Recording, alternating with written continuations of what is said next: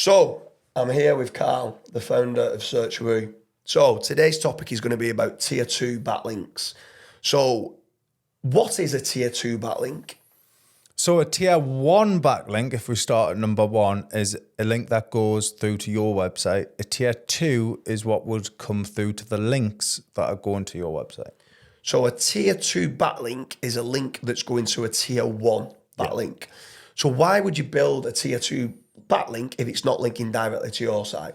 Because obviously many years ago, Google had the PageRank algorithm, and we now believe that is, it's still part of the core algorithm today, even though the patent's expired and things.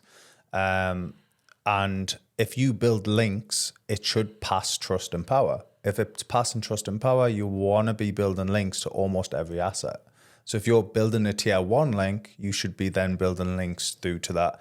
Obviously, there's a degree where it might end up stopping because that's why you used to have like 7 or 8 tiers back in the day. But it's like diminishing returns almost. So we typically advise like tier 2 is a good tier to hit. So quickfire questions. Yeah. Would you build a tier 2 to a no-follow citation? Yes. To a tier 2 no-follow citation. Would you build a tier 2 to a do-follow guest posts? Yes. Would you build a tier 2 to a niche edit? Maybe. So with a niche edit, it should already have a lot of links to it. If it's quite updated and it's quite a more recent niche edit, I'd probably avoid building a tier 2 because it shouldn't need it. But if it's quite aged and it might be struggling to get the crawler to come back, using a Signal Boy, Social Signal Blast, and then maybe some tier 2s would definitely help. What about a press release? Would you ever do tier 2s to a press release? I would probably do it to some of them. Again, with press releases, you get some better sites and some really quite poor sites. I would probably be hitting the better sites with it. See, so our strategy is that we build quite a lot of tier 2s to our guest posts because it's a new page. So we're trying to power up that page. We actually do some to our niche edits, even though niche edits should already have some sort of power, whether it's internal link or existing links going through to that existing page.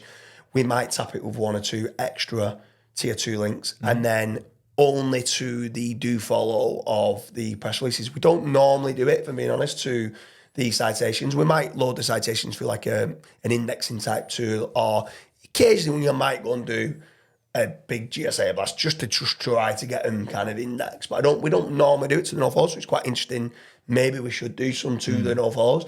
I feel like I probably should do some to tier 2s to digital PR when it's like a Telegraph or a Mirror link and stuff like that. Because it's no follow at present, we don't do it. Yeah. Where actually to try and get more crawlers around from what you're saying, we should probably be doing that as well.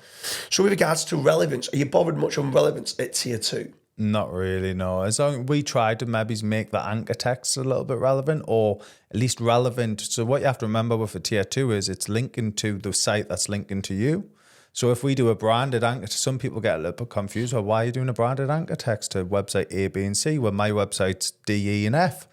It's like, because we're linking to website A, B, and C at this stage and not linking to website. So that kind of anchor text D, is E, passing relevance through to that page, which is passing them more relevance back then through to. Exactly. So you could do some actually branded at tier 2s as well. Branded tier 2s. And just I'm like presuming like you could do some exact match anchors for keywords that you want to, because it's not actually going directly through to your money site. You can be probably a little bit more aggressive. Mm-hmm.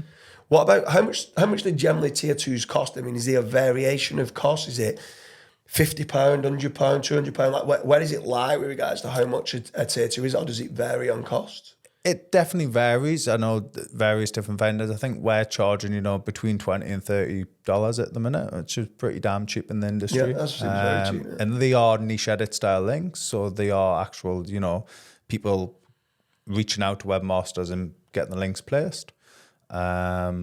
Whereas they're not PBNs, which seems to be quite popular within the tier 2 industry. So with regards to the niche edits as tier 2s, could I actually build any tier 2s directly to my money site? So we have seen this before, and we typically don't advise it because the sites aren't the greatest of quality. We often believe in like toxic thresholds and things like this. And we don't offer that. We don't offer pre-approval. It's kind of just you getting what you get. Yeah. Whereas we'd prefer to give you something that you can happy and sign off with. But So you don't get the pre-approval. You get the links delivered directly through to the site. Some might not be specifically happy because it might not have lined up the relevance, is what you're saying. But has anybody ever just gone, Karl, no, I'm going doing 10 tier 2s to my money site or 200 tier 2s to my money site, and then you've been shocked because it might have worked? Yeah, so we've had a few cases. One in particular was where he built 500 links. He wanted them live within a month. We got them live within a month. And he ranked within about 3 or 4 weeks after that. And I believe still ranks to today locally. Obviously, it's only local, I would say. I'd only ever advise that in it'll not work in like a national industry or a worldwide industry. So with regards to the tier 2s that are coming through, you're not too bothered about the relevance. The costs seem to be a lot cheaper than, let's say, a normal niche edit. You could, but you don't really recommend on doing it direct to the money site, hence why you're saying it's a tier 2 backlink. And would you say every single guest post should have some sort of power within a tier 2 market, or can some not have it? Or like where's the kind of boundary? Because I feel like the most important part for tier 2s is powering up your tier 1 guest posts. So I would say usually if you're wanting to try and do it on a budget constraint, pick the sites that have a lot of ranking keywords, almost like the Parasite SEO style. So pick the ones that have a lot of ranking keywords. They might already have domain authority and power. And then you're going to hit it up with some tier 2s, because it then stands a chance of ranking with the tier 2 links. Right, okay. I mean, that's great kind of conversation with regards to how you're leveraging tier 2s. I might end up having to address and change 1 or 2 of my strategies with sending 1 or 2 to, let's say, digital PR campaigns and stuff. So if anyone is looking and they're not actually leveraging the tier 2 backlinks at present, I would strongly recommend it on doing it so you do follow backlinks. Any do follow backlinks through to your site. If you can leverage that little bit more power to that page, which is linking through to you, you're going to get more link juice being passed through or more page rank being passed through to your site. Yeah, I agree with you with regards to relevance. I think that relevance at tier 1's quite important. I don't actually think it's massively important at tier 1. I do like to get relevant links, but at tier 2, yeah, I'm more bothered about the power being passed through to that web page. And anyone who's not leveraging tier 2s at present, then you're missing a lot. You're leaving so much money on the table in not leveraging the power that your tier 1 backlink profile should be getting moving forward for any sort of strategy for you to try to get better rankings, whether that's in Bing or Google search results.